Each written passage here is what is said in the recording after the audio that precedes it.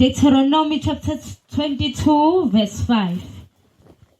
Owesifazane makangagqoki okwendoda, nendoda mayingembathi ingubo yowesifazane, ngokuba yilona lowo okwenza lokho uyisinengiso kuJehova uNkulunkulu wakho. Owesifazane mangagqoki wenjani? Okwendoda. Owesifazane angagqoki kwabantu besilisa, angagqoki ingubo zamadoda. Siqedile. Owesifazane angagqoki kwabantu besilisa okwamadoda. Owesifazane uneyingubo zakhe ezimiselwe yena njengomuntu wesifazane. Indoda ineyingubo zayo ezakhelwe yona njengokuba bona bengamadoda. Umuntu makahlale kwilane yakhe. Owesifazane makagqoki iziketi, agqoki ingubo, ingubo zakhe lezo. Indoda mayigqoka amabhluwe ingubo zayo, mayisuke eziketini indoda egqoka iziketi. Ngoba indoda egqoka isiketi isinengiso emehlweni kaNkulunkulu. Owesifazane ogqoka amabhluwe uyisinengiso emehlweni kaNkulunkulu.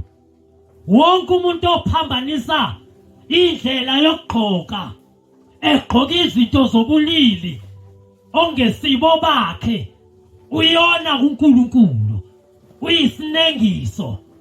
Loyo yi-abomination emehlweni kaSimakade. Alikho ibhulukwe lwesifazane kuNkulunkulu. Alikho ibhulukwe elenzelwe umuntu wesifazane. Ngoba abantu baSathane ethanda ukuphambanisa umuntu nezwi likaNkulunkulu. Uyena uSathane owangena ebantwini abangama-fashion designers bengena uNkulunkulu, wabathungela besifazane amabhluwe, wawaqamba igama uSathane, wathi lawa awabantu besifazane.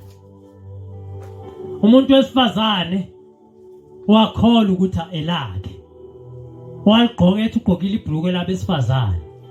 kuNkulunkulu alikho ibhulukwe lowesifazane. Umuntu wesifazane nasebusika obubandayo ugqoka isiketi sakhe, agqoka ingubo yakhe. Umuntu wesifazane nomelala akagqoka amapijama amabhulukwe, ugqoka izinto ezifanele yena.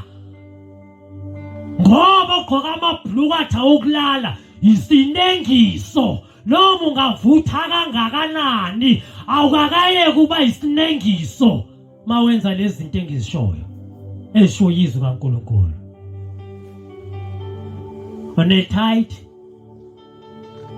umuntu wesifazane oyesinengiso ithathe yamadoda, ayikho ethungela abesifazane. Mawungangikholwa bukela abadlali bebhola, ijezi lebhola elipheleleyo lihamba namathayithi. Amathayithi awukuvimba umkhuzuko. Umuntu wesifazane shiya le zinto eziqalekisiwe, ngoba yize ezenza ibandla likaIsrayeli lihlulwe. Wakhala wathatha ingubo, the Babylonish garment, eyindoda wagqoka ingubo yabesifazane. Laqalekisa ibandla lonke, langakwazi uma phambi kwezitha zalo. Ibandla lena abantu besifazane abagqoka amabhulukwe ibandla lamadimoni, uNkulunkulu akahlangene nalo. Noma ungangaligqoka isisi wami enkonzweni ugqoka kahle, ugqoka amaskate, mase ungasayike enkonzweni ugqoka amabhulukwe, ukubheda ikona kona lokho. Lishise lingabikho, ungalibheki ngisho ukulibheka esitolo. Ngoba mawuthi usindisiwe wenza lento isinengiso. Bafowethu engigqoka amagawuni, ayikho igawuni yamadoda. Angithi igawuni yengubo. Lithe iBhayibheli umuntu wesifazane owesilisa makenze njani? Nendoda mayingembathi ingubo yowesifazane. Nendoda mayingembathi ngoba ingubo injani? Iyembathwa. Angithi igawuni moyigqoka uyayembatha. Madoda uNkulunkulu akanayo igawuni yamadoda. Buyiselani igawuni komama.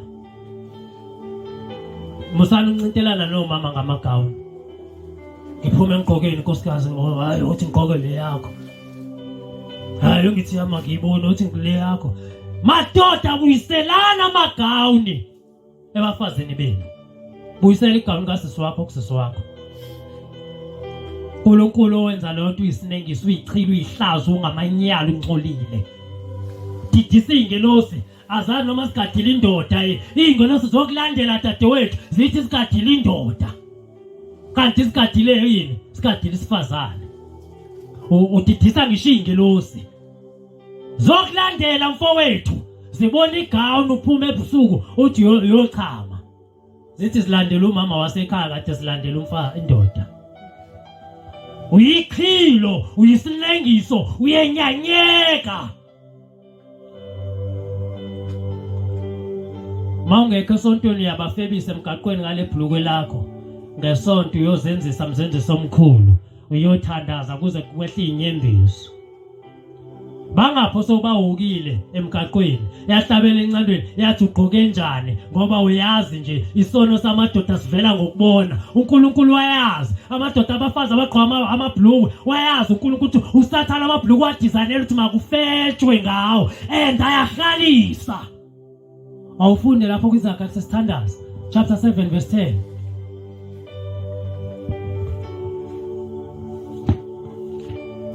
singadidisi bafowethu singadidisi ngise lento ngikhuluma emntwini osindisiwe mongasindisiwe hayi ungayinaki qondene nabasindiswa mawusonta futhi ungasindiswanga ayibhekene nawe khona umuntu osindisiwe la ngoba osontayo nongakholwa ohlele ethaveni noyesontweni engamamukeli uJesu into eyodwa efanayo abantu bokulahla abantu besihloko abantu abangamazi uNkulunkulu abangenandaba naNkulunkulu Zaga chapter 7 verse 10 Izaga chapter 7 verse 10 Bheka isihlangabezwa ngowesifazane izingubo zakhe zinjengezesifebe bambe lapho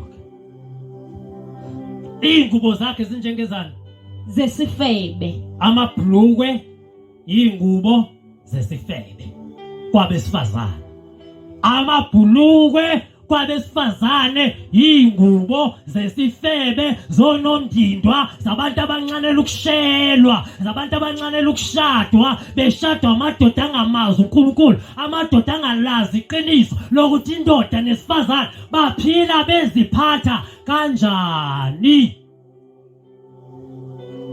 awenza lokho isinengiso emehlweni kaNkulunkulu phenduka mfowethu hamba ushise lezo zinto buyele enkonzweni kade ukhonza kuyona makuyuthi yalikhuluma ke iqiniso mayingalikhuluma iqiniso ishiye leyo nto shiya leyo nto uzoya esihlogweni ibandla lingalikhuluma iqiniso akulona kaNkulunkulu lika Sathane and libanjwe ngobhongwana amadimoni lelo bandla lidlalele ezandleni zika Sathane shiya leyo nto ngeke bashintshe hamba shiya leyo nto funa ibandla ezokhuluma iqiniso ezokutshena lezi zinto engikutshena zona ngoba wena usindisiwe ukusindiswa kwakho akuzi ukukhulula imayizenzo zakho zifakazela ukungasindiswa kuyizenzo zomuntu ongakholwa uzofika esihlogweni uzongathi ngiyabona senishawulayini namabhlukwe enu sekade nihlabelele emhlabeni sekade niwawisile namadoda sekuthiwa abaya ngalaphi lapho selithizwa uNkulunkulu abesihlogo mabaya esihlogweni seniziyela namabhlukwe enu bosisa baworshipa bafundisa abasibiza